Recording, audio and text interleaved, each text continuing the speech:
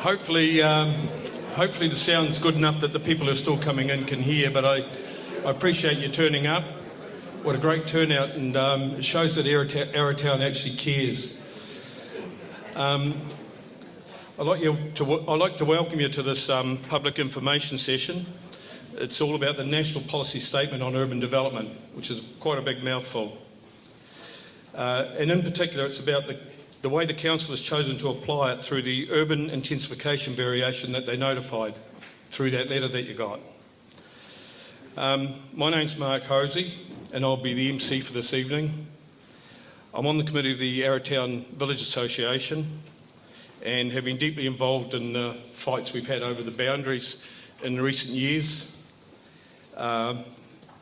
A lot of the other community members have helped with that, and I really appreciate the help they've given, and hopefully it makes for a better Arrowtown for all of us. Either Nick Fifield or Daniel Sim. Nick Fifield's the chairman of the Arrowtown Village Association, who we commonly refer to as the AVA, and our deputy Daniel Sim would have been here, but they're overseas, so they've been in constant touch over the internet and phone calls while this process has been going on, and they're backing this entirely on behalf of the community. I just need to draw your attention to a couple of things to do with the housekeeping for this. Get back together here. You may not be able to see all that, but that's just a picture of the hall, and it shows the evacuation points. That's me standing there. That's the back of the hall. The doors are there that you came through. There's escapes out through the downstairs, out through there, and through the side doors. If we do have an emergency, you need to exit onto Buckingham Street and assemble there, or if you go out through the back, go to Ramshaw Lane and assemble there. We've got Murray Ford is the chief fire warden today. Murray is down there, and Russell Foster is his deputy. So if we do have an event, please listen to what they say and follow their directions. Toilets are out in the foyer. The agenda for this evening, I've distributed that a bit as a draft form, but we've sort of finalised it now. It's sort of the last minute, really. Firstly, we'll have Dave Harding-Shaw, who's the treasurer of the AVA, and he's going to talk you through the role of the AVA. The AVA are fronting this fight that we're having, and they're here to help the community, and that's what their job is, and Dave will explain that and explain how you can participate in that. Then we'll have a short question and answer session on the AVA, and then we'll get David Clark to come up. David is from the Arrowtown Planning Advisory Board. I don't think he needs too much introduction. He has been at the forefront of all the initiatives for the village for many, many years and done some really good work. We'll then have a short question and answer session for David. Then we'll do a video presentation that Assembly Architects have done that some of you may have seen. That is a really, really good presentation and sort of spells out what this is all about. Then we'll have Graham Todd presenting, and he'll talk you through sort of the legal side of things and how we put together a submission, or how you should put together a submission, and sort of the way forward and how this whole process works, because it's pretty foreign to most people. We'll have a question and answer session for Graham, a shorter one, and then we'll have some general questions, because I'm sure there's a fair few of those. Before we move on to Dave Harding-Shaw, just want to talk about a couple of things to do with the evening. This evening has been arranged by the Arrowtown Village Association as an information sharing exercise in response to an overwhelming amount of our community raising questions and requesting feedback on the proposed changes to our village. Hopefully when you leave here you'll be much better informed about this whole process, and we'll be able to participate more positively in it and obtain the best outcome for our village. Our ward councillors and the QLDC planning staff have stated they're available at any time to respond to the questions and provide information also, so they're another avenue you can tap. On a bit of a down note, I was very disappointed to hear from some of our councillors and the QLDC staff that they've been subjected to some quite vile abuse and threats recently, and this has contributed to the decision not to front up to public question and answer sessions, which is a bit disappointing. I know you're all passionate about protecting our village, but neither I nor the AVA condone anybody acting or not acting in a respectful manner when challenging our decision makers. Furthermore, this sort of behaviour contributes absolutely nothing to our cause and only serves to undermine it. We need to be gaining the respect and credibility of our councillors and council staff so we can work with them to find a way to resolve our issues. If we do this, we expect that they'll reciprocate. By the rear doors, there's submission forms and a contact register for you to fill out if you wish to join the Arrowtown Village Association and be kept up to date with the latest info. I would encourage everyone to put in a submission. If you need help with this, please talk to one of the AVA people at the desk, or ring us up or email us, get us hold of us on Facebook, whatever. We're here to help. That's me done with that intro, and I'd like to ask Dave Harding-Shaw to come up and present for the AVA.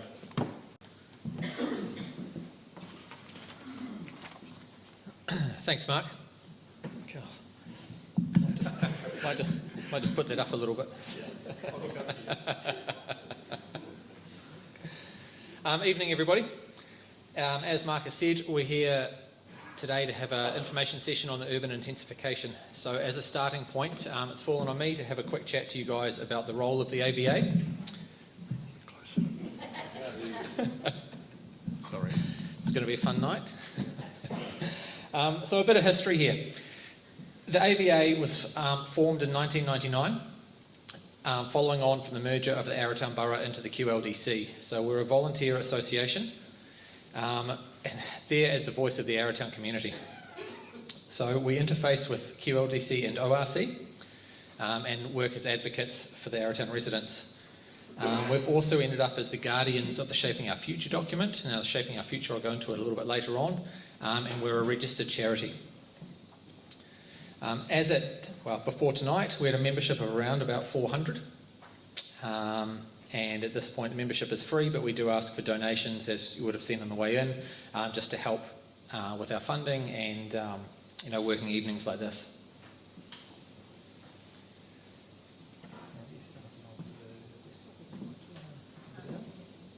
Oh, yes. Cool. So what we do, we run communication out to the community using a couple of different channels. So we have a local fortnightly publication in the Loop. We have a website which all of information goes up onto, regular newsletters out to our members. We have a podcast series that's going on at the moment, and social media presence. So we try and give as much information as we can out to the community to gain feedback. And then we submit on behalf of the community for areas such as this one that impact on Arrowtown. We use Shaping Our Future as our guiding document, and it was run through community consultation, so we feel that's a good statement around of what everyone here wants, and canvass our members for feedback as well.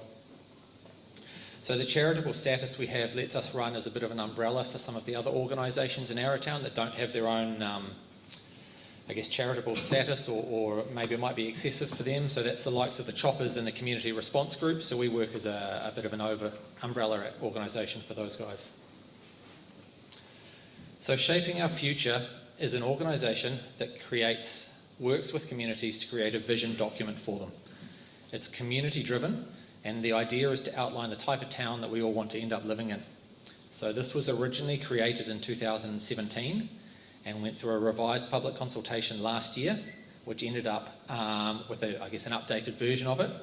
There are about half a dozen versions I brought here tonight, which is obviously nowhere near enough, looking at the number of people around. But you can also get this through our website, arrowtownvillage.nz, and they have a couple of copies that you can read over at the library as well. So we are, as a community organisation and based out of volunteers, we're a core committee of about, I think it's 9 of us at the moment. And we get a small amount of council funding that does help us get out and do what we do. But at the end of the day, we are all volunteers. We all put our time and effort into this, and we try and make this town a better place for all of us. So we help those volunteer groups, the likes of the ones I said before, and we work in conjunction. I'll give a bit of a note on here with the Arrowtown Promotion and Business Association. So they look after the business ratepayers of the town. So we're appropriate with them to give a unified front for Arrowtown. So how you can help us is by joining. The more members we have gives more weight to our submissions, and I think it's worth noting that just being a resident doesn't automatically make you a member. You do have to sign up to us. You can donate, as I've said. These evenings like this cost time and money. We try and do them as little as we can, but we do run on a shoestring budget, so any kind of donation is very much appreciated and very helpful. And we do have an AGM coming up in October, so you have the opportunity there to get involved, come along, join the committee, get involved on a more day-to-day basis, and help the community in that regard. And I'm just going to show a quick video. Don't need to do that. Yep. This is ever so slightly out of date when you look at the people talking. Not saying they are out of date, just that the video is. I can see you there, Noel. Maybe. That doesn't look like it's right. Or not.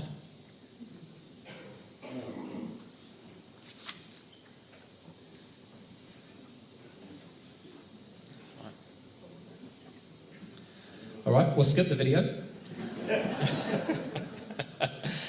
But we will open up the floor. What was that? It was so quick. Yep, that's right.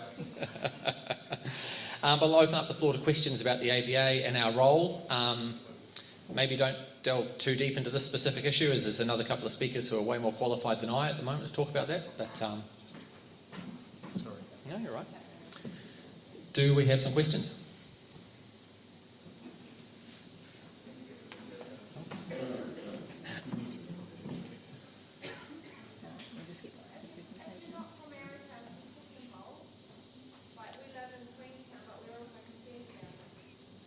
Yes.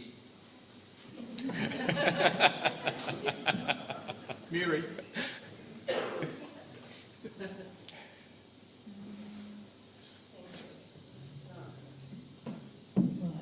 I'll stand up. Can you tell us what the status of the Shaping Our Future document is? What weight does it have with our council? Does it have statutory weight? Does anyone pay attention to it? It's been a huge amount of work, and it's a really, really good document that expresses the wishes of the community. But what weight does it really have? From a statutory perspective, it has no weight, unfortunately. So it's used as a guiding document, so the council are due to refer to it. But in terms of a legal, a legal requirement to consider it, there isn't one. So it is there as a guiding document for them to refer back to. Obviously, we'd like that to change, but... Sorry, there was a question down the front. Oh, sorry. What is your current level of membership in the AVA? 400. Ballpark 400. Yep. Financial members? No, it's free to join. Unless you would like to pay. Is there any consideration being given to making it an incorporated society which will then require financial membership? We are an incorporated society at the moment, but we do not. We used to have a requirement for paid membership, financial membership, and that changed in 2018, I believe it was. and the membership grew substantially after that. So we're at a bit of it's a discussion that we have on a pretty regular basis, because we want to be, I guess, as representing as wide a part of the community as we can, and having that free membership really helps that. But obviously having a financial stake in it would be useful at times as well. Or sorry, financial contribution, I should say, would be very useful at times. Thank you. Are any of our ward councillors part of the AVA? Yes, so we have there you go, Lisa's just putting her hand up there. She's just 2 people over from you. So yeah, Lisa comes to most of our meetings. Hello everybody, I'm hiding around the corner, but I am here. Can you guys that are asking questions just wait for a minute till the microphone reaches you? Thank you.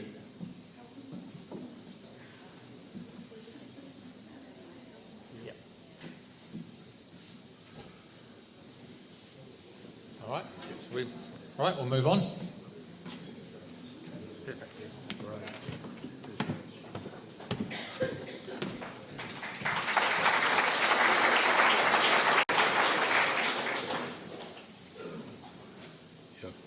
Sorry about the video. I'm not sure what happened there. We may find it. It was there earlier on, I can assure you. But we'll move on.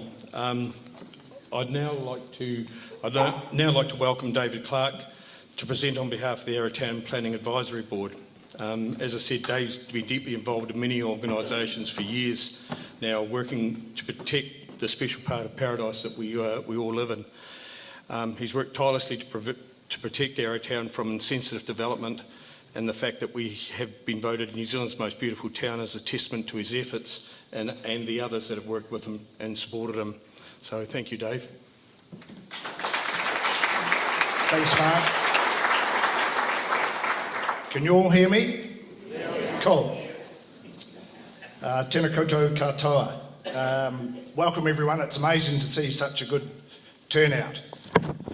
As Mark said, it's pretty incongruous that at the same time Arrowtown is in the finals for the second time as the most beautiful town in New Zealand, half the town is identified as being suitable for urban intensification to a level that would change the character and social dynamics of our amazing town and community forever. I can't believe we're still fighting these battles to protect Arrowtown. No one would deny that we have to be able to accommodate growth, but not at any cost. We cannot just accept the charts and modelling and graphs provided and conclude that overall it would be a great result for Arrowtown, or indeed other parts of the district that will also be seriously compromised. So I'm speaking both as chair of the Arrowtown Planning Advisory Group, or APAG, but also as a passionate Arrowtowner who lives in the middle of the new zoning regime in Adamson Drive. I've also been involved in the Arrowtown planning for 34 years and represented the town as a councillor for 2 terms. This may appear as a bit of a Dave rave, as I like to call them, full of my opinions, but also tapping into the views of other members on the APAG. At the end, I'll show a couple of slides to demonstrate that Arrowtown over 50 years has charted its own careful growth through people power and working with council to provide good and sensible outcomes. For 20 years plus, we've acted as voluntary urban design panels, a voluntary urban design panel with a reputation for working with applicants, mostly in the Arrowtown Residential Historic Management Zone and Town Centre, to achieve the best possible outcomes based on the Arrowtown Design Guidelines. It generally assesses applications in these zones and use these design guidelines as a base for any assessment. These guidelines are now a statutory document. Council planners must consider them when making decisions. They were upgraded in 2016 when the community, working hand in hand with council, provided tweaks and refinements before they were fully adopted as statutory documents. So we also assess applications against the district plan rules in the heritage zone, but we've also been asked to comment numerous times on the town entrance design, engineering designs in the new town, Taylor Banks affordable housing development, new planting, town entrances, parks and reserve design. So we're not just restricted to the old, what we call the old town. So we realise that this initiative at its core is a central government directive, and Graham Todd will talk more about the legal aspects of this and the process. And Justin Wright has articulated it very well in his presentation, which is also going to be shown tonight. I don't like to bag the council, but they in fact voted to proceed with this intensification as outlined by the QLDC planning team, and to me that was somewhat disappointing. But did they have an alternative? Graham will also talk about this. Surely something as important as this should have had prior community consultation. So many people were unaware of it.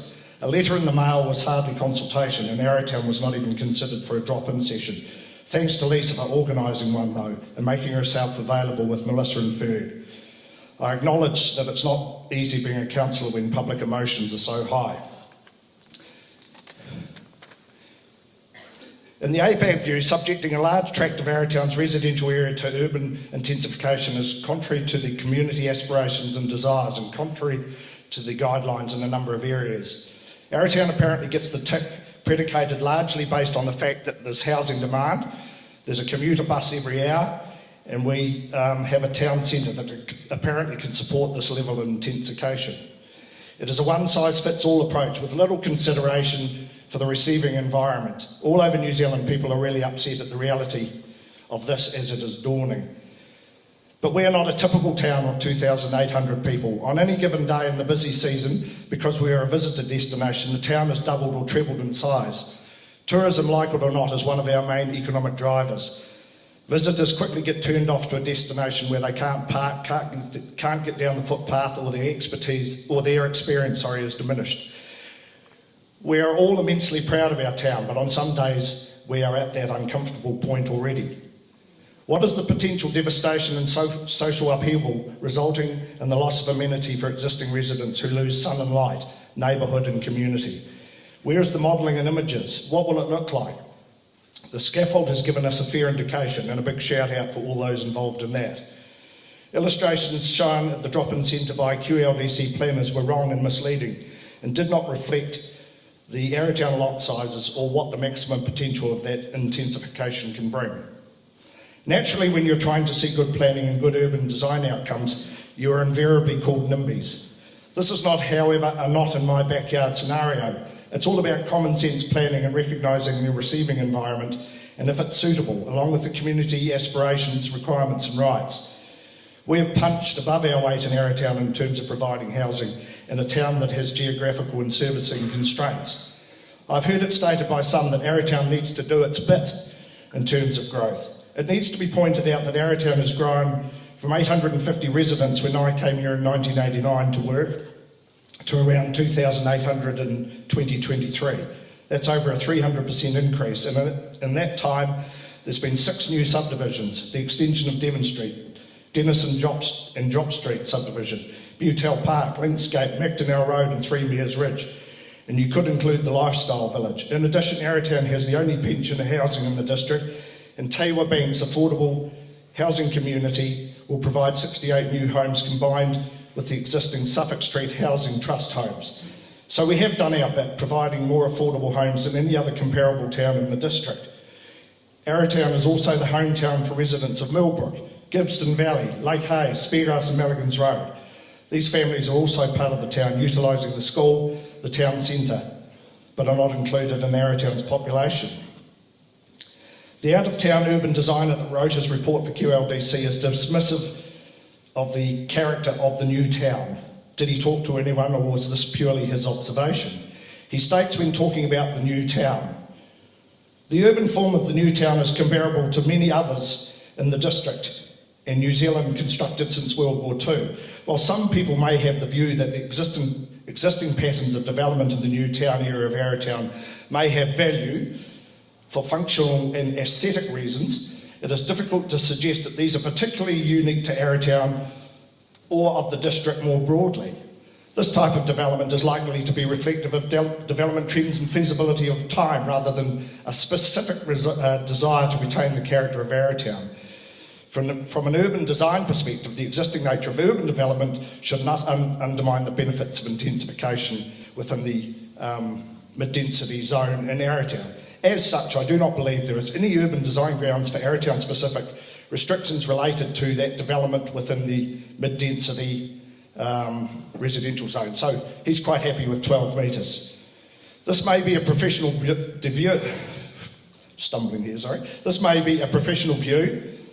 That's what I need. Is it rifters?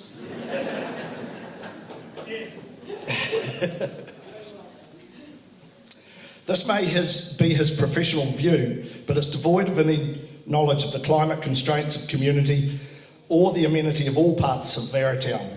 It is insensitive to the residents of this part of Arrowtown. It is saying there is no character or merit, so it can be sacrificed.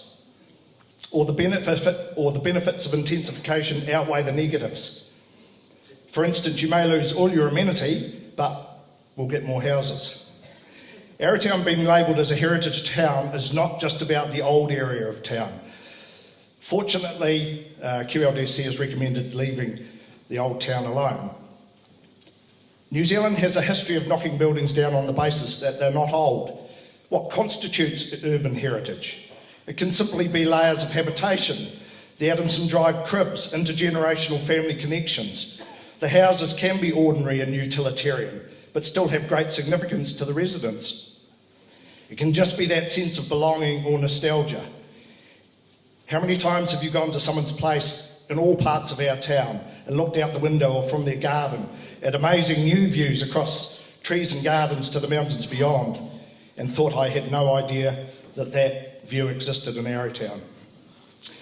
Yesterday I talked to Taylor Reid, one of our oldest residents and a councillor for many years and chairman of planning, both on the Arrowtown Borough Council and the QLDC, about the Adamson subdivision. He told me it was well planned and thought out. Sure, it's got cul-de-sacs that I still get lost in, but it provides generous streets, parking and pocket parks that link through to the rec ground and camping ground so people can walk. Single-storey development was encouraged to protect the views and sun and to provide for significant gardens and street planting. This started in the early 70s, remember, and even then the aim was to continue the character through from the old town into the new town. I'm going to skip some of these reports because I realise some of you are standing. I've seen a few comments along the lines of, you silly old boomers need to allow the next generation to get a house, and this could be our mechanism to do so.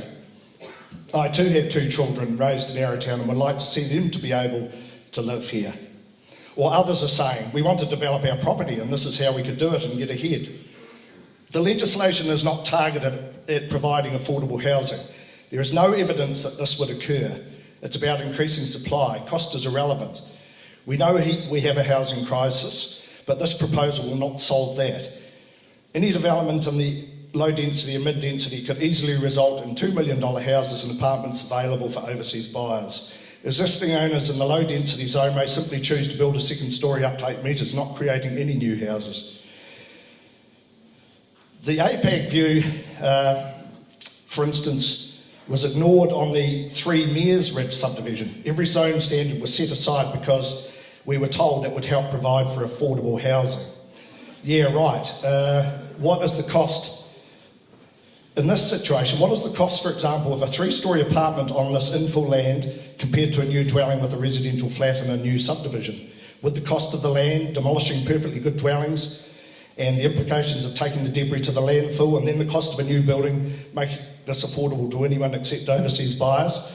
The only way affordable houses can be constructed in this district is through the models adopted by the Housing Trust, i.e. land set aside for new development for more affordable housing, or land given to the Housing Trust by the council at no cost, like Tawa Banks, or via a development levy, which has been looked at the moment, or the problem of ghost houses. And we've got a number of ghost houses in Arrowtown. I don't advocate lifting the drawbridge, but we need to find better solutions than what is being advocated. I can show you a 1976 Mountain Scene article lamenting the lack of affordable houses, so it's not a new problem. We also have to ask ourselves, what population numbers does council see for Arrowtown? When is the town full? Has this been modelled beside the infrastructure capacity?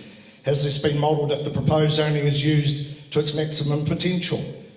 The council has not provided examples, positive or negative, nationally or internationally, of what has resulted from similar infill density on existing urban fabric of similar sizes and scales. Surely the community deserves an understanding of what the implementation would look like. A shout out to Justin and Martin Hoffmans for posting their interpretation for us all to see, especially as it relates to winter sun. I note the models on the urban design review was for September sun, not midwinter sun. In the last 10 years, significant areas of greenfield land has been repurposed. Homestead Bay, Jacks Point, Hanley Farm, Shotover Country, 5 Mile, Ladies Mile, Arrowtown Retirement Village, Country Club. But even that, with the level of intensification sought, will not accommodate all the requirements. Thus, further greenfield land will be needed at some stage. Greenfield sites allow for comprehensive development where they can be well planned and have good results. Good design starts with housing unit typographies. Buildings can be laid out for sun, view, privacy, public space and road networks designed around the buildings. This design-led approach results in high-quality functional urban areas. Why are single new houses being built in new low-density residential zones at places like Hamley Farms, while it's been proposed to intensify existing established suburbs and pull existing houses down? Lake Hayes Estate has the ability to be commercially serviced from existing services, doctors, chemists, cafes, restaurants, and the development of Ladies Mile, more services will arrive. It's closer to retail area, airport, Queenstown, the high school. The layouts of the sites are larger, roading and services newer, buses readily available. It's closer to the 5 Mile. QLDC owns the Walker Street land, and that could be developed for housing, but I think it's going into playing fields. The only example that APAG has found in terms of a level of intensification that has had good results is Hobsonville in Auckland, but this has a general height limit of 10 to 12 metres, wider streets, parking considerations, and is a greenfield site. And it allows for limited planting spaces around the house. Planting is mainly confined to street planting. So I don't want to dwell on the various documents in terms of how you can make your submissions, but look especially in Chapter 4 of the Arrowtown Design Guidelines, where it gives good examples of how development in the new town should look like in terms of taking elements of the old town into the new town. No one can tell us how that might relate in a 12-storey building where they're seeking smaller units on relatively large sections still.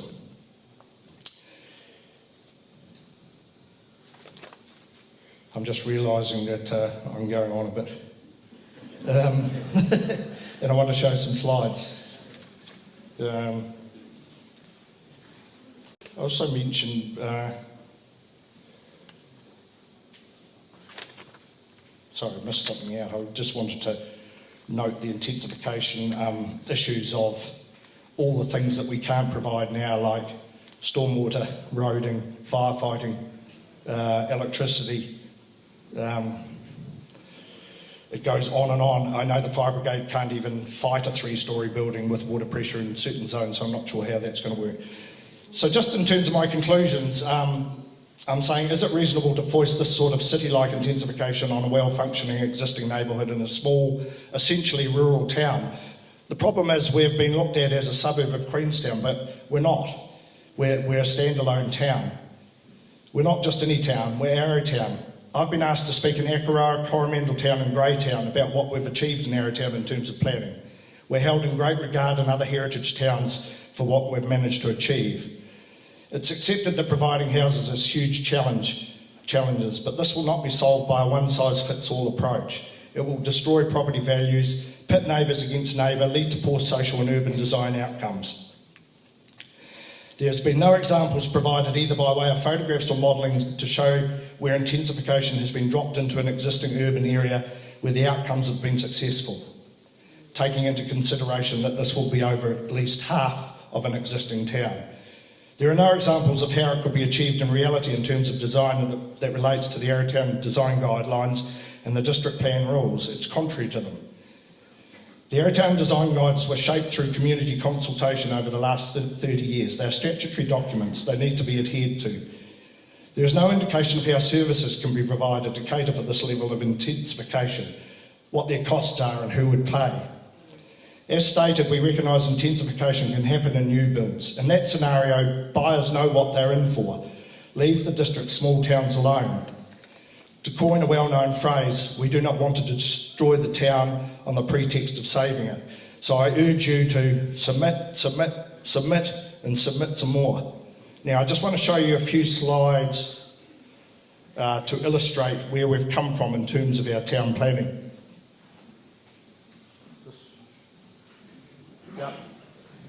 So here we have a shot taken in about 1960, which shows the extent of the town. A few caravans lined up in the camping ground. The Adamson subdivision is just wheat fields. It's about when I first came to Arrowtown for a holiday and looking out over those wheat fields. It was pretty low population. The town was in decline. But after the war and in the 1950s, people from Dunedin and Invercargill decided to come into Central to dry out their bones and take part in the amazing beauty of Arrowtown. And they bought sections and they built cribs and the town started to expand. This is the sort of crib they built. Only 1.5 million today. Plans were done on a cigarette packet, taken in for building consent, and they were constructed in Invercargill and brought up here. But it created the basis of that town, which started to get busier and busier. There was a bit of standoff between locals and the new cribbies, but they gained favour by paying rates, building the swimming pool, and the town started to flourish. Then bus tours started to arrive and pressure started to be exerted on the town. Shops opened and started to get really busy. Two-way traffic. You could do that when it was Minis and Morris Minors. But it was still a pretty scruffy little town. These are taken in 1974. It's hard to believe how fast we've grown. So that's the stables in Buckingham Green. I think Nikki from Promotions Association would be onto this site if it was looking like this. Here's Ramshaw Lane. So this is not that long ago. So it was quite a scruffy little town, but very early on, Jack Reed's council in the 1970s said, there's lots of precious things here. The pressure is going to come on. We need to start protecting some of our heritage assets or the reasons why people come here. And they came up in 1974 with the Central Arrowtown Style Book, the Arrowtown Special Zone Guidebook, and then later on a report by Wellington Architects to look at where all the view sites were from town, what was special, what needed to be kept, what trees needed to be kept. This was 1974, pretty forward thinking. It wasn't until 1993, I think, there's me with hair. So that was the first Arrowtown planning charrette. After Jack Reed's initiatives, the town definitely started to grow and the pressure came on again. So we decided to have the first of the 10-year workshops. And then that later morphed into the design guidelines. But they weren't statutory, they were just like the Shaping Our Future documents, just looked at. But, you know, we held them up and said, we need to abide by that. And out of that came some really amazing projects. The first was turning Ramshaw Lane into a street. When I started at the museum, it was just asphalt and no footpath. So we faced the sun and put footpaths and landscaping and just started to create this lovely environment around the town. Then more and more things were produced by the community in conjunction with the council, lighting design guidelines, the second the first Shaping Our Future, Mahu Whenua land reports, and we've ended up in the downtown, as we know, with a pretty nice town that everyone likes to come and see. This was a council community-led initiative to protect the postmaster's house and the post office. You know, this is working together to create good results. Even now, there's a zone around the post office and postmasters that can't be built on. It has to stay as an open green space. And then we did that sensitive development in behind. So this is the downtown that we all know and love. And then more latterly, visioning document revisited and the guidelines revisited. And, you know, through those guidelines were enabled sensitive contemporary development in beside parts of the old town. Everyone knows about the miners' cottages. That's what they were like when we took them over, but we restored them in conjunction with council and got a good result. So what my message is, we work with council to achieve these great results.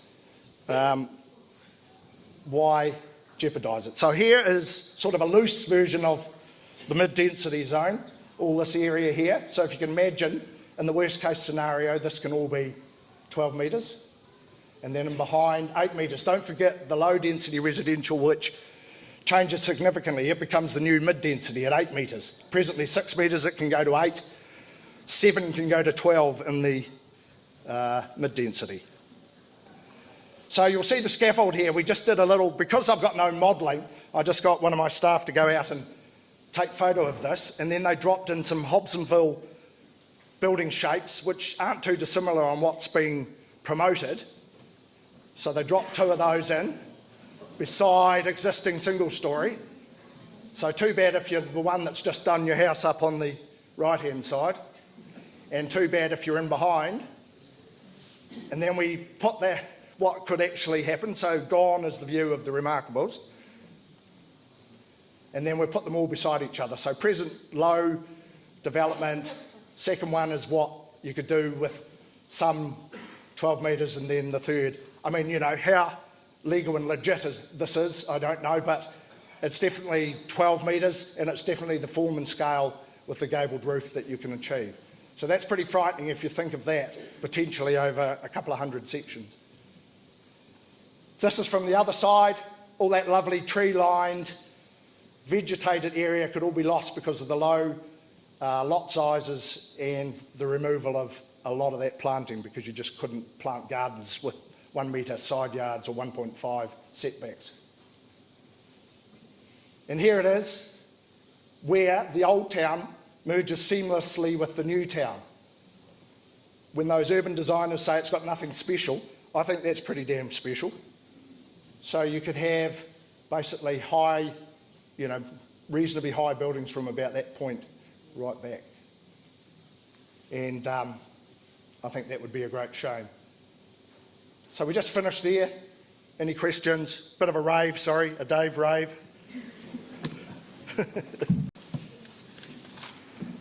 One question, David.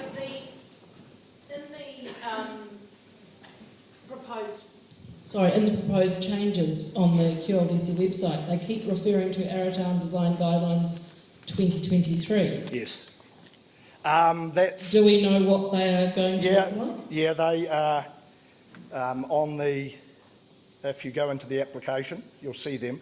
They're the tweaks that Council is advocating to make the design guidelines adhere fit the new plan. Fit the new plan, basically. And they are, sorry, the question is Arrowtown Design Guidelines 2023, which have been mentioned in some of the reports. They are just wording changes to fit in with the intent. They're not radical wording changes, and in fact, in one comment, it was an admission in the Section 32 report that we couldn't have the intent of the old town into buildings that high. There's no way you could take that intent and drop it in 12 metre high buildings and still have the feel for the old town. It's with its small built forms and its large gardens. Yep. So it's basically they've contradicted themselves then. Well, sort of, yeah. I hope their heart's not in it. That's why we have to submit. And, you know, they are hamstrung to some degree by central government. Any other questions? David, I can answer that a little bit more detail. Justin, come on up. No, grab the microphone. We're going to show your... No, but we're going to show your video. Are you shy? Justin's done a lot of work. Is this working? Okay. And Louise.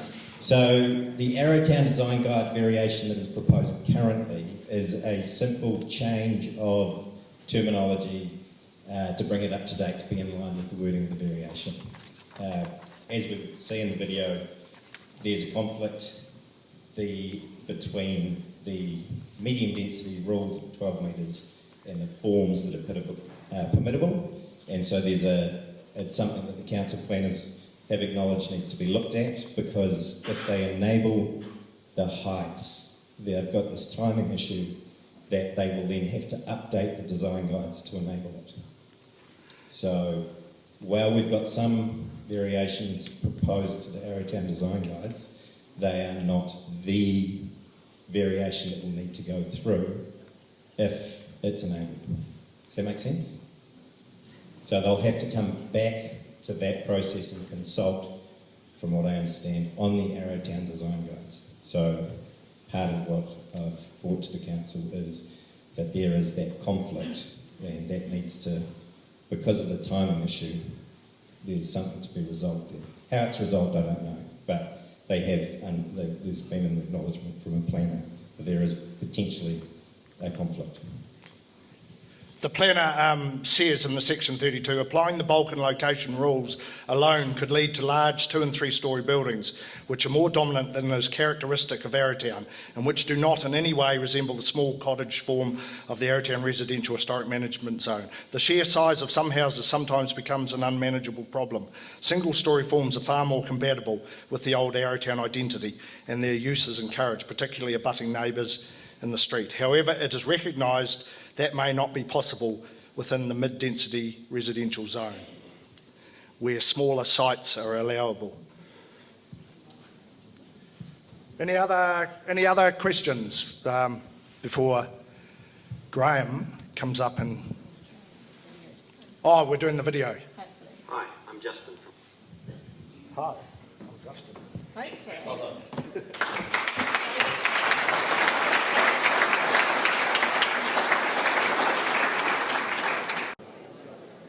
Little practice based on AVA and Arrowtown. I've spent quite a bit of time looking into the variation for intensification at the Queenstown District Council, proposing at the moment, and specifically Arrowtown. I've done quite a bit of background reading about why and how it's come about, and I've got some opinions as to whether I think it's appropriate.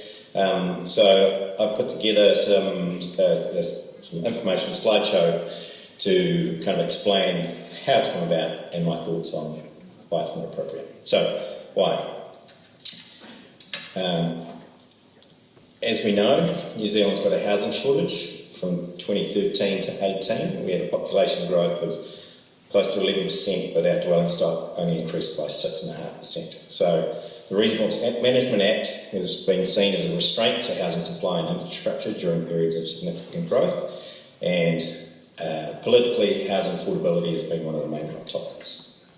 In Auckland, when they did the unitary plan, they had an upzoning into that unitary plan, and they saw that after the upzoning, this is what a graph of the residential units that were built. So in 2016, as soon as it was implemented, you can see on the lower graph, the non-upzoned residential areas maintained the status quo, and we saw a significant growth in the number of dwelling units built in Auckland. So this was seen as a model of success in terms of providing additional housing supply. There was a bipartisan introduction of the National Policy Statement on Urban Development, and essentially this was taking the model that's happened in Auckland's upzoning and applying it to urban areas around the country to increase the density and increase the supply. So if you hear the politicians talking in this election, they talk about supply and they talk about the MDS, the medium density zones, as being one of the main successes in providing supply. So that's what's driving it. When you look at the national policy statements, there's some pretty clear wording. The idea of Objective 3 is to enable more people to live in areas with employment opportunities that are well serviced by public transport with high demand for housing, which makes sense. Objective 4 recognises that amenity values develop and change over time in response to the changing needs of people. So how this turns into policy affects how this comes about. So a well-functioning urban environment will meet different households' needs in terms of type, price, location, and have good accessibility between housing and services, jobs, health and recreation by active or public transport. Policy 6 is saying when planned built form may involve significant changes to an area, and that change may detract from amenity values of some, but improve amenity values of others, including by providing increased and varied housing densities and types, and the significant changes are not in themselves an adverse effect. So what they're cutting through here is with the RMA, a lot of the stopping of housing supply has been to do with the amenity values of sun and view into residential properties. So this is a significant step change that says that you need to consider not only the negative amenity values that might be on one property, but balance that against the increased amenity values for the people that will use the future development. So, well, one site might lose sunshine if a property develops to provide 5 houses which have the proximity of walking distance and public transport to all the things that you need from your house in terms of recreation, health, education, then there's an increase in amenity values for those people. So now it's a balance between the negatives and the positives. So again, bringing it back to the NPS, they saw this implementation in 2016, the upzoning, and so this is the graph that the politicians are trying to do.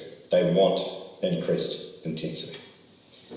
So the process that they're going through is there's a way to identify the areas to intensify, and that's looking at what is a well-functioning urban environment in terms of public transport and public and active transport. So once you've identified the areas that have these criteria, then you can then exclude some of them for qualifying matters, and then they need to enable the intensification through district plans. So this is a requirement by central government on all the councils. It's happened in Auckland, Wellington, Christchurch, it's happening in Nelson, it's happening here, it's flowing through.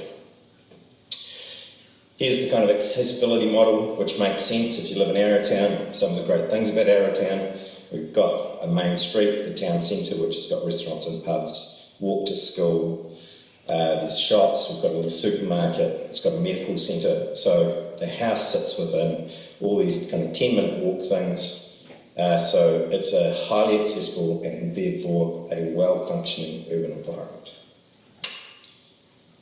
So Arrowtown has been identified as an area that does need to intensify because it has all those attributes, and then it goes through the exemption considerations for Arrowtown. So if you're going to be exempt, then you need to demonstrate why it is considered that the area is subject to a qualifying matter, and there is a list of qualifying matters. The impact, then assess the impact that limiting the development capacity, height density, or any other relevant matters will have on the provisions of development capacity. So if an area has been identified as it should intensify, you have to really look at. You can't just say, oh no, let's not do it. You have to assess the impact of limiting that, so if that's not providing those houses, and then assess the cost of broader impact. So the historic management zone in Arrowtown has been excluded because they see a significant number of heritage features and buildings. There is a historic heritage precinct in the fabric sufficiently intact, essentially Newtown, and so these are the qualifying matters. Furthermore, they're saying that the proposed changes to the low density and the medium density zones are still allowing for the increased supply, and therefore it's only a small area.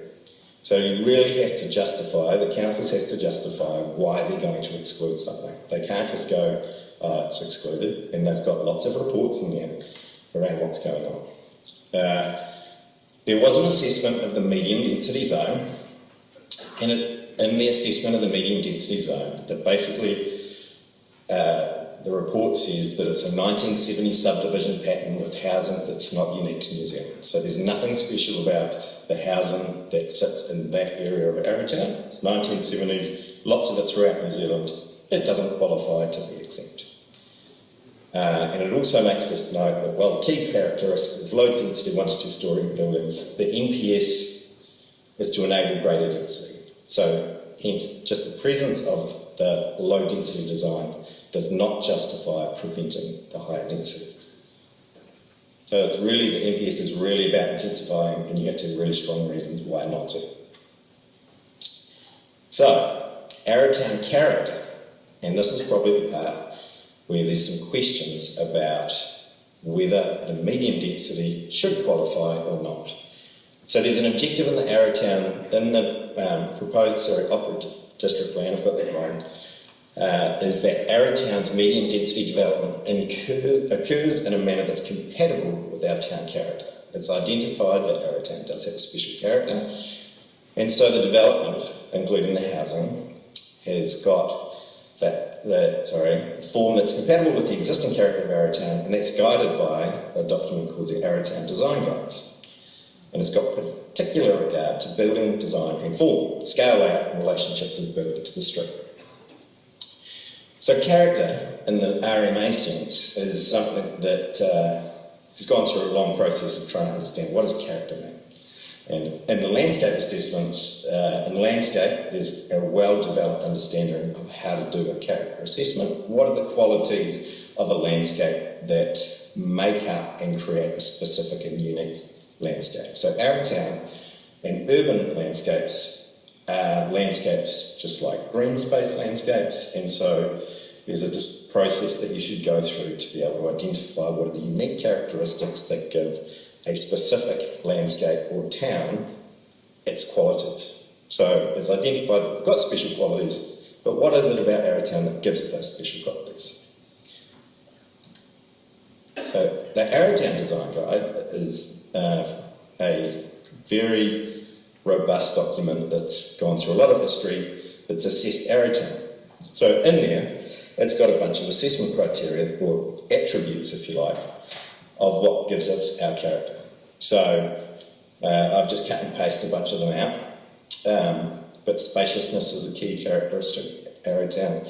The elements as they combine together, cottage sizes, buildings and large sections, abundant vegetation, low-key rural town, spacious, simple, uncluttered, peaceful, vistas and views to the surrounding hills, and there's a high cohesion amongst the town.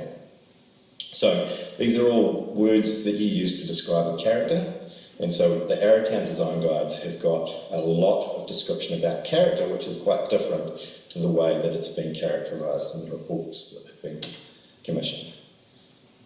We've got a historic built form, so there's been a big analysis around, in the document, around what were the historic buildings, what was the proportions of them, sizes of them, how are they aggregated together, how does that give us our unique character? So Arrowtown's character is unique from most places in New Zealand because of this. It's different to Auckland and Wellington's Victorian houses. These small cottages and the way that they were aggregated and added over the time is what gives it its character. There's guidance in there about the built form as to the size and scale that's appropriate, and so this is directly for the medium density zones, going up to 5 metres, 4 metres. So these are all small, low-scale buildings. They have to update this document to enable the MDZ if it goes through, MDR. But in the document, it's got some pretty clear statements. It says massive single 3-storey forms are alien to Arrowtown. Yet the zone, building heights will generally be 3 stories. So there's a conflict between upscaling and intensifying to the 3 stories and then what is appropriate to the design for Arrowtown. So there's a distinct conflict in the council's documents. Quite clearly says that 1.5 stories are preferred to 2 stories. And this is the 3-metre ridge development on the edge of Arrowtown, and you can see the density of that. And then the design guides to 2023 variation is showing buildings of less density. So this is low density, and we're allowed to go 12 metres. So there is a conflict between the diagrams that have been drawn of appropriate development for Arrowtown within its character and within the design guidelines, but what it's portraying is still predominantly standalone buildings rather than terrace housing and apartments. So what does a medium density typology look like in accordance with the rules, so that we can kind of understand Arrowtown? What visually does that look like? So we've done quite a lot of designs in Arrowtown, and this is the vernacular, which is to take these cottage-shaped forms, lean-to shed forms, and you aggregate them together, articulate them with different materials. The Wiltshire project that Roaster's in is a good example, where we have the stone cottage, galvanised, and the corten steel, and they're all their own independent forms that read quite clearly, but that aggregate of them gives it a real unique Arrowtown feel. So trying to apply that to this typology of this height, I've taken the same proportions of the area of the building, so the footprint, the width, the length, but I've lifted up those cottage forms to the 12 metre heights. I've looked at a development on a single site in Kent Street, and then if you were to aggregate two to see what you could get as a mass for those sites. That's highly intensive. I've then had a look at how that medium density typology would sit on Kent Street. Now Kent Street is, I've chosen Kent Street because Kent Street is the division between the historic zone, which is the pink and the orange zone. So it's where this kind of compatibility is probably the most acute question, where you've got a specific historic character on one side, but that proximity of this intensity, how does that affect the character? We can then put that typology into Kent Street with the modelling, and we have existing Kent Street and then Kent Street developed. Existing Kent Street and Kent Street developed. So it's a significant change. The height and mass of these buildings are on the edge of Kent Street. And if we look at the character values or effects, where we used to have cottage-sized buildings on large sections with abundant vegetation and low-care rural town residential character, spacious, simple, uncluttered, peaceful, are no longer qualities that you see in the medium density zone. And so what we're losing is there's a cohesion that exists between the historic town and the medium density area. So while the medium density area currently is a 70s subdivision with primarily single storey buildings, it still has the abundance of trees growing through it. The scale of the buildings is similar to the cottage scale of buildings. And that cohesion between what's in the medium density zone and the historic zone is quite high. So while it doesn't have the old parts, it is complementing the new parts. So essentially that's a rundown on the why it's being done and why I don't think it's appropriate. I think it affects Arrowtown's character.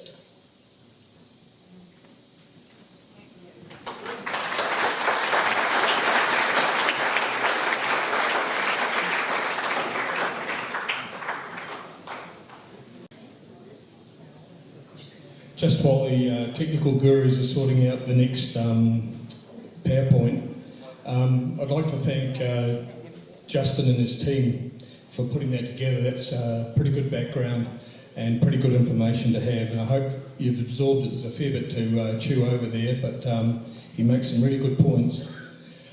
Just to let you know, there's some seating here still for people who are standing up. And I've turned the heating off. Hopefully everybody's warm enough. It seems to be quite hot. Let me know if you get a bit cold. We'll fix that. Rightio. Are you okay? Alrighty, now we get to the meaty bit. I'd like to welcome Graham Todd, one of the principals from Todd and Walker Law. Graham has a wealth of experience in environmental law and is an Arrowtown resident now. He decided to live in Arrowtown, like most of us have, because of its unique village feel and character, and he seems to be prepared to fight pretty hard to see this characters maintained. So I'd like to welcome Graham.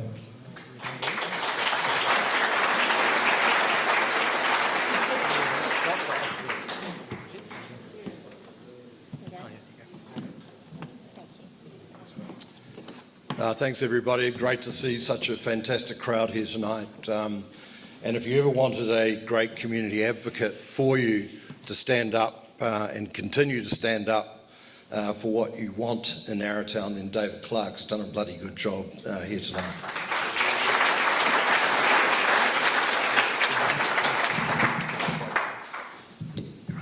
As Mark mentioned to you, Jane and I are looking forward to being Arrowtown residents. We're not quite there yet.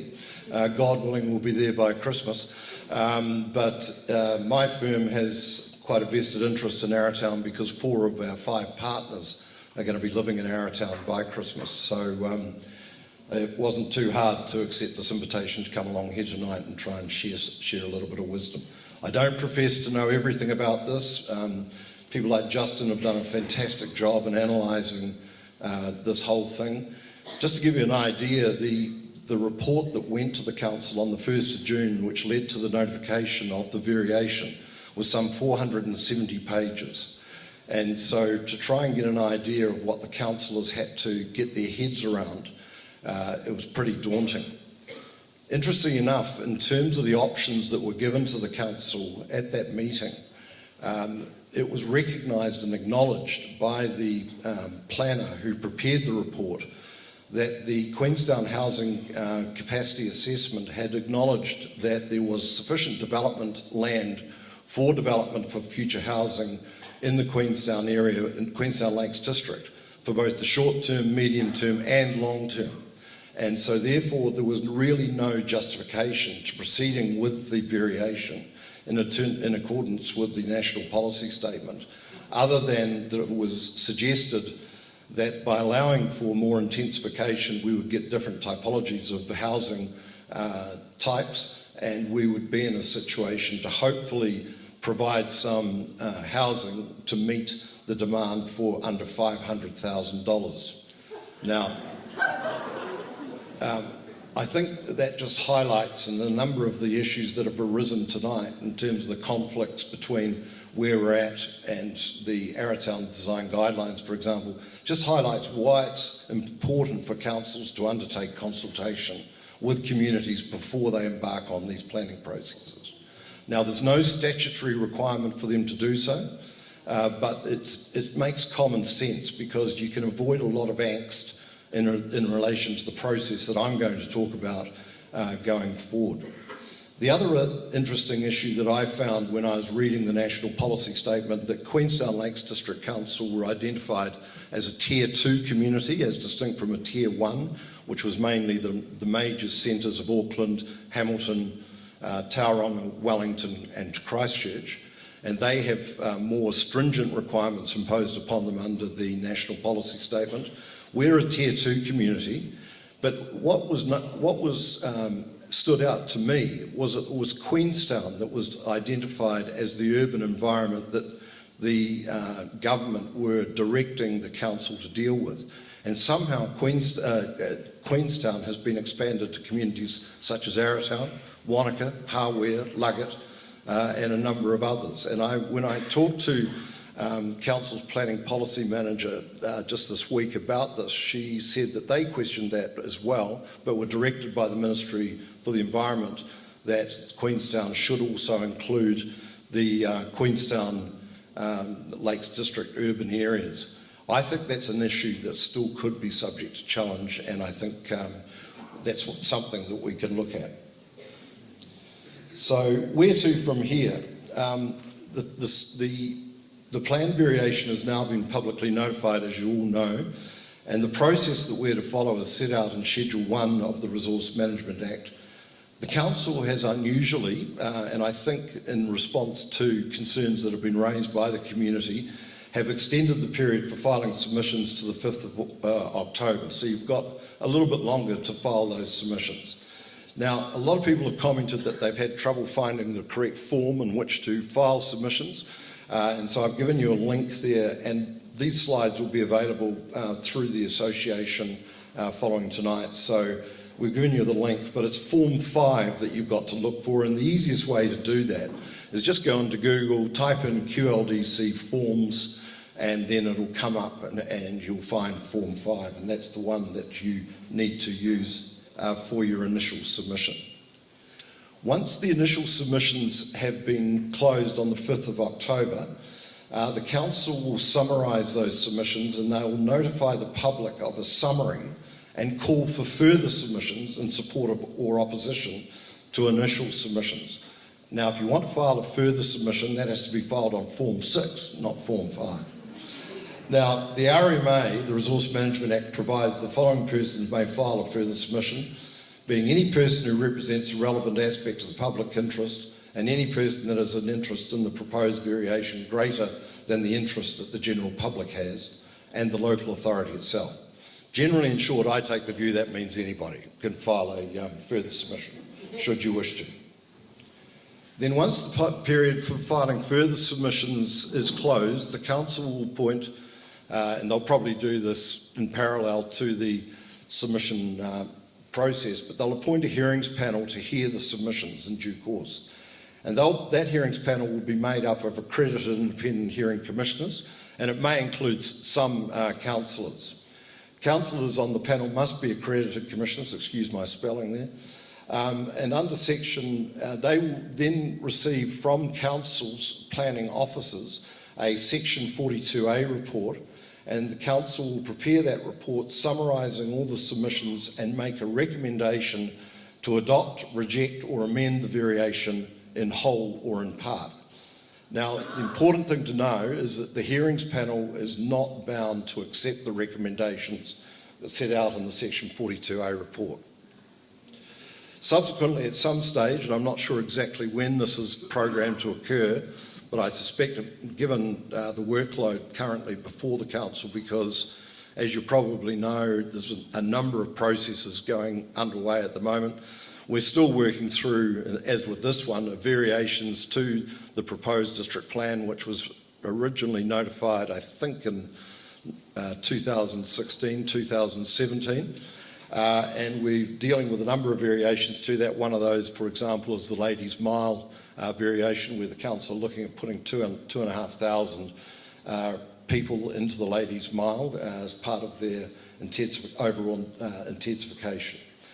Now, a public hearing will be held for the submitters to present submissions. Submitters may call expert evidence to support their submissions, and they may also be represented by legal counsel or an advocate, but you don't have to be.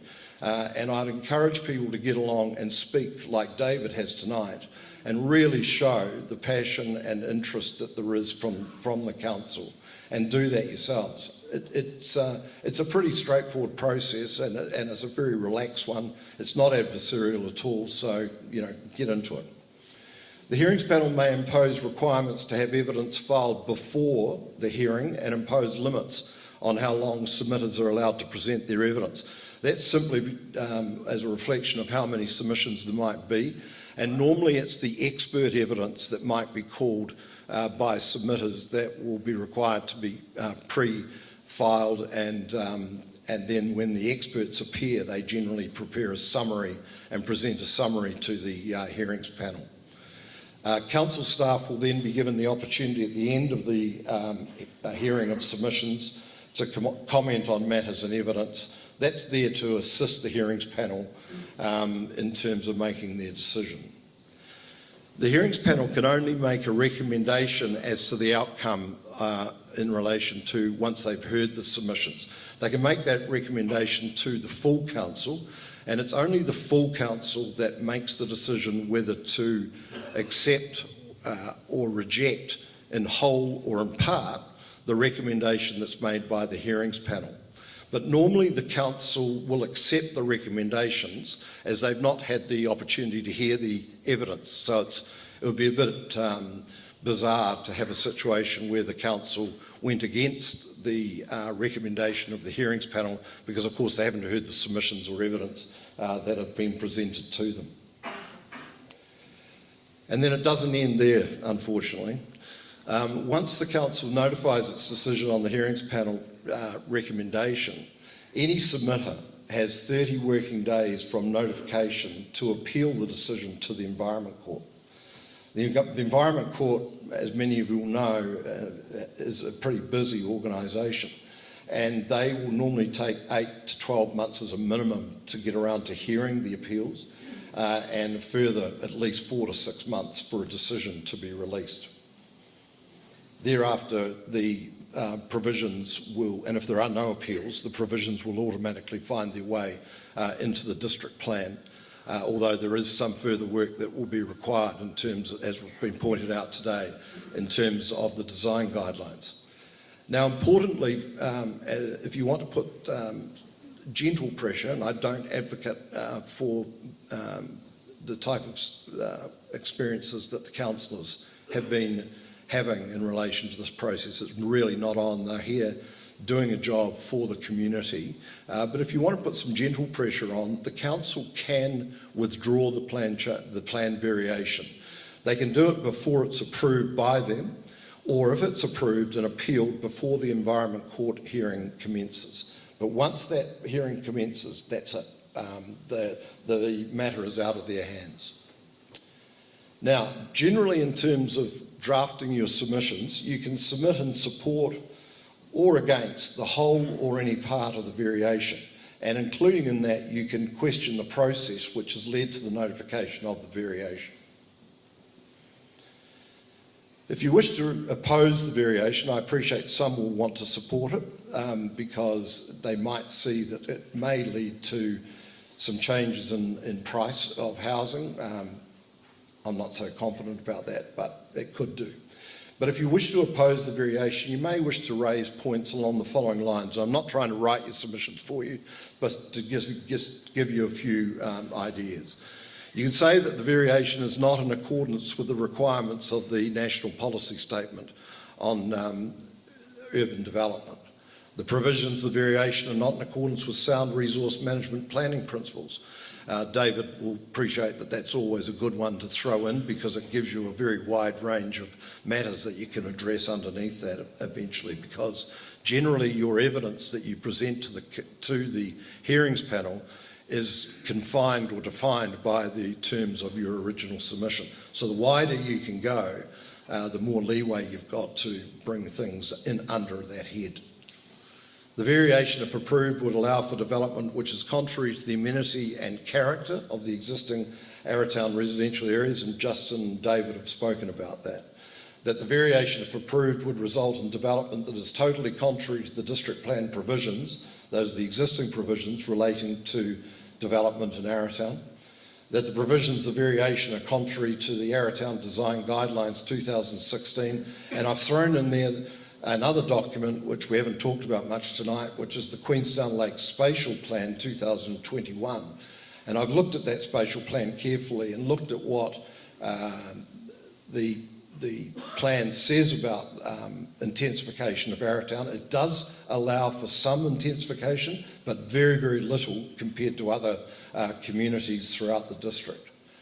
Another point, as I've touched on earlier, that there's been a total lack of or insufficient community consultation regarding the proposed variation and the outcomes proposed for Arrowtown. Further, the development established by the variation will have significant adverse impacts on the character of Arrowtown.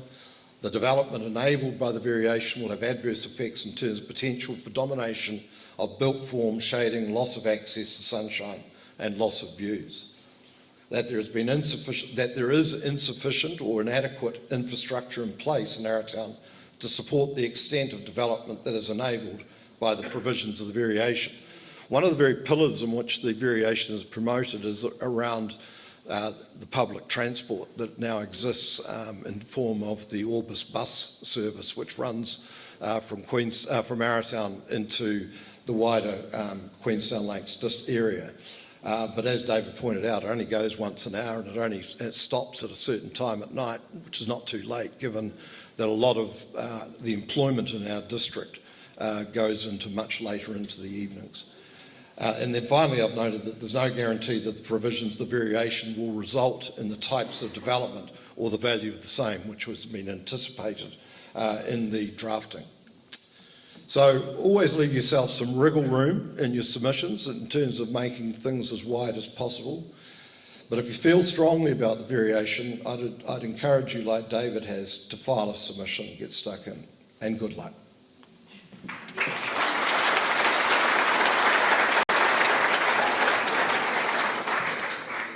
As I mentioned, my partners are very encouraging of me to assist as much as we possibly can with you in making submissions. So if you need any information, I've got my contact details there and phone number. Feel free if you're thinking about something and you later on tonight or in the forthcoming week, just pick up the phone or send me an email. I'll try and get back to you. Happy to try and answer any questions. Yes. Graham, I was just wondering, the overheads, is there any chance of us getting a copy of those? Yes, we'll make those available to the association, and they'll be able to on their website. Right, thank you. Is a potential change of central government likely to make any difference, Graham, or is this set in concrete now? Because they're talking about repealing it, aren't they? Well, interesting enough, this was as Justin pointed out, it was a bipartisan approach in that the national government actually supported Labor on introducing this national policy statement. And so there's no guarantee that that'll occur, although I do understand, having listened to some of the local politicians, that are not in favour of this at all. So if they've got the potential to influence national, then it may not happen. I heard Luxon on Q&A say he would repeal. Oh, well. That was about the housing accord. Yeah.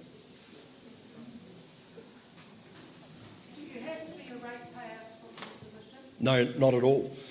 There's a very famous case that occurred many years ago where there was a Melbourne taxi driver who was on holiday in Invercargill and took a drive down to Bluff and was up Bluff Hill and looked across and saw the Tiwai aluminium smelt a stack and the smoke coming out of it, just went back to his motel and picked up the paper and saw that Tiwai were at that stage applying for a discharge consent and filed a submission.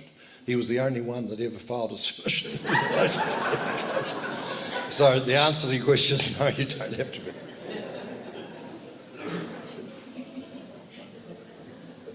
Brian, just in a wider context, the amount of land and the number of developments.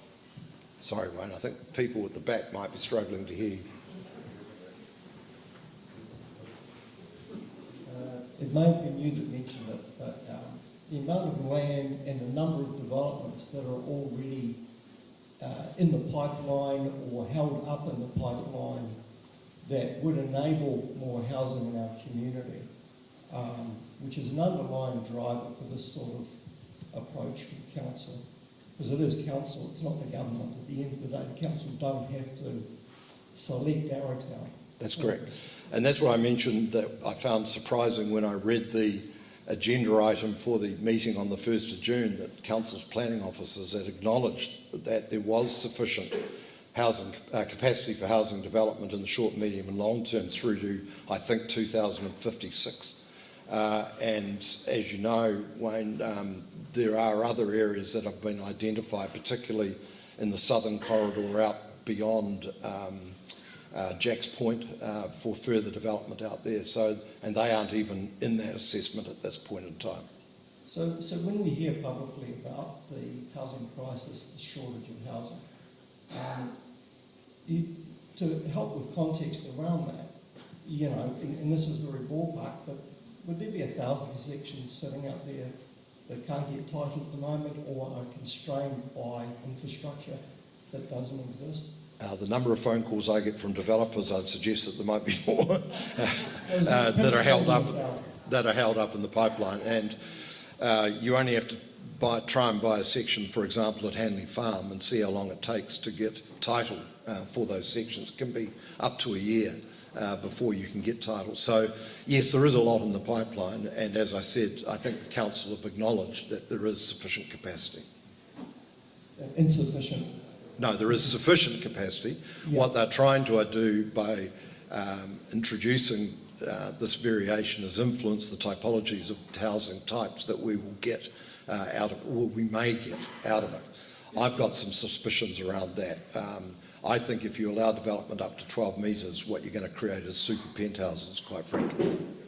And they won't be cheap. And they won't be cheap, no.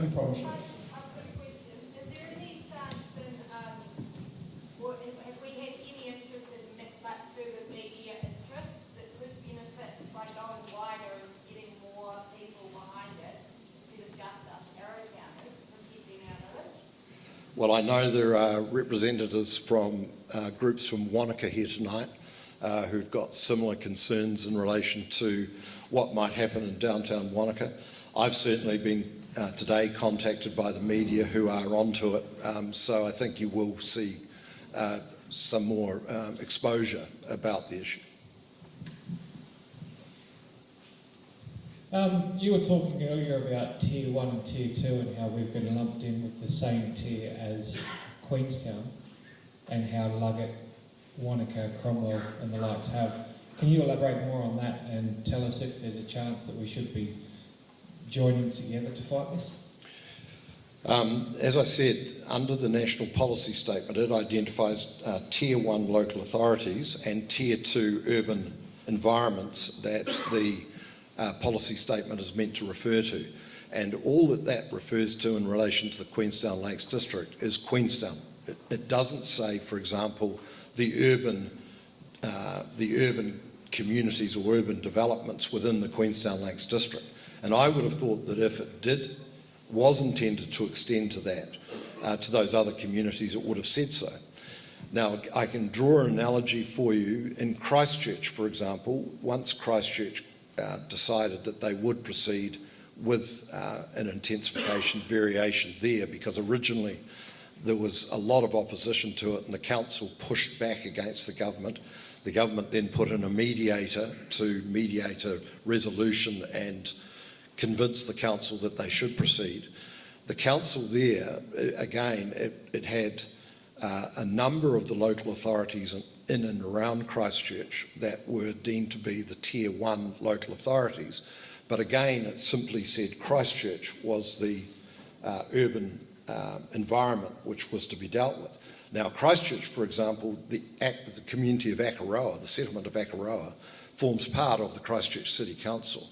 And the Christchurch City Council made a conscious decision to not to include Akaroa as part of their intensification variation. I draw some analogies between a community such as Akaroa and Christchurch, and Arrowtown, sorry.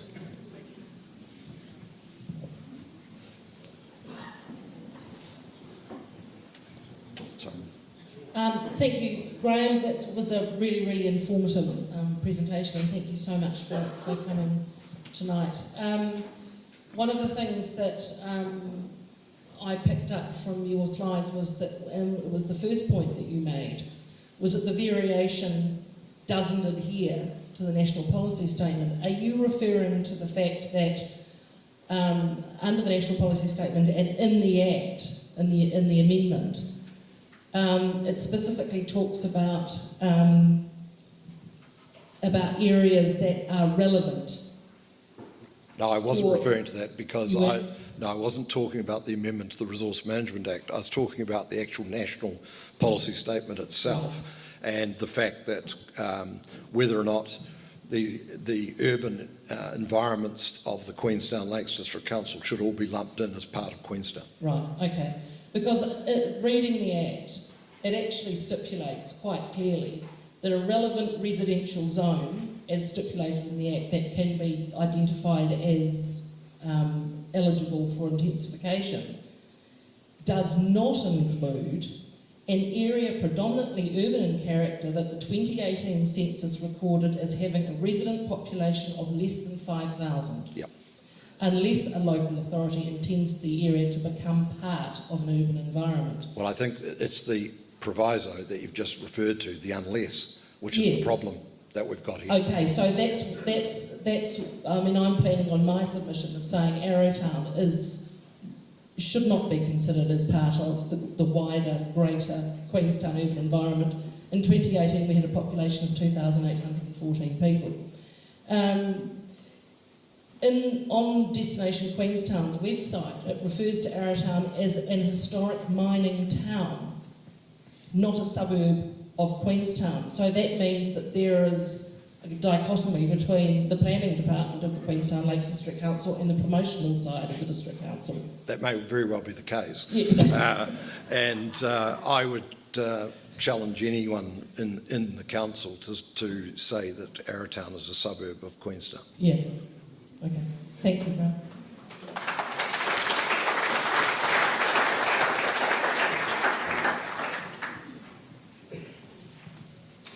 Okay, thank you very much, Graham. I've just got one question. Sorry. Can I ask what the position of our representatives on the QLDC are? You've just said that the Christchurch Council made a specific decision to exclude Akaroa. Why didn't that happen in this case? And what was the position of our representatives, the people who I thought would advocate for this community in considering this variation? Why did they allow it through, and why are they now publicly passive? Well, I can't speak for them. I can just tell you that at the June 1st meeting where the matter was discussed, there was two councillors, I think Councillors Gladding and Ferguson, who were not present, and there was only one councillor that voted against the motion to proceed with notification. Ironically, he was the chairman of the planning committee of the council, Councillor Smith. Thank you. Have we got any further questions of Graham? Here's your chance.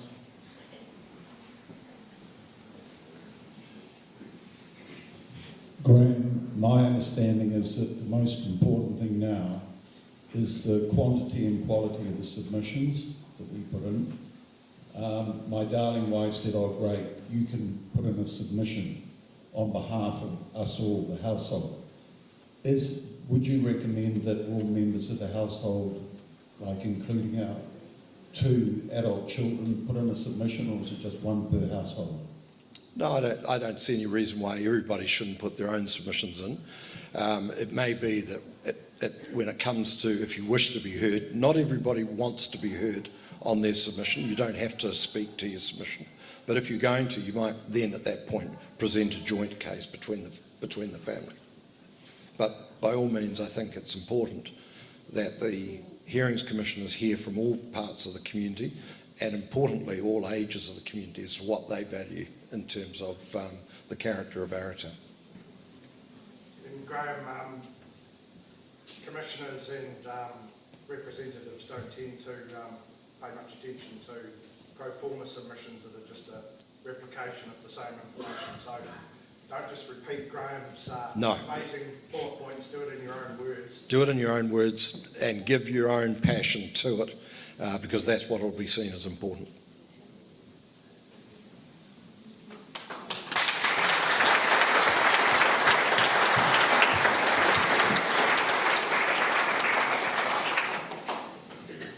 Oh, well.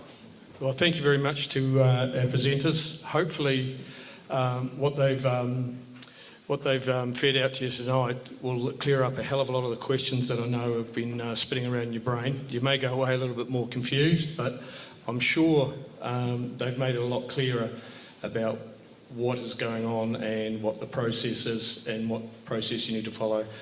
Thank you, Arrowtown, for a great turnout. Shows your care. I'd like to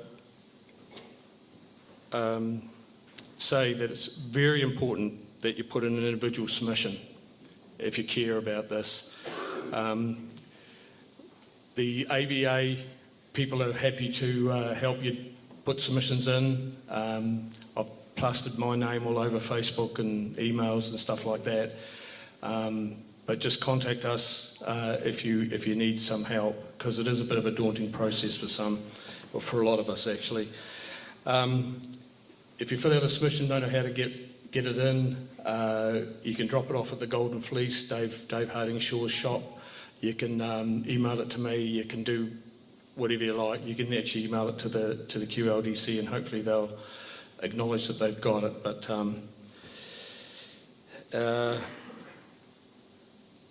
the presentation tonight, we're hoping to sort of condense it in a form that you can actually look at it on YouTube for the whole thing if you want a recap on it. I think the salient points of Graham's presentation about how to put in a submission and what you need to include, I can't stress enough that you need to put your own words into it and your own passion and your own thoughts, but he's given you the sort of idea of what points you need to touch on. I'll condense those and send them out to my email database. I've got quite a big email database. I'll send that out. If you want to be included in that email database, make sure you put your name and contact email on that list, and I'll fire you onto that, and keep up to speed with things as they go along the track until such time as the council decides to withdraw this, which is probably the only logical conclusion. Thank you very much. I think that's all.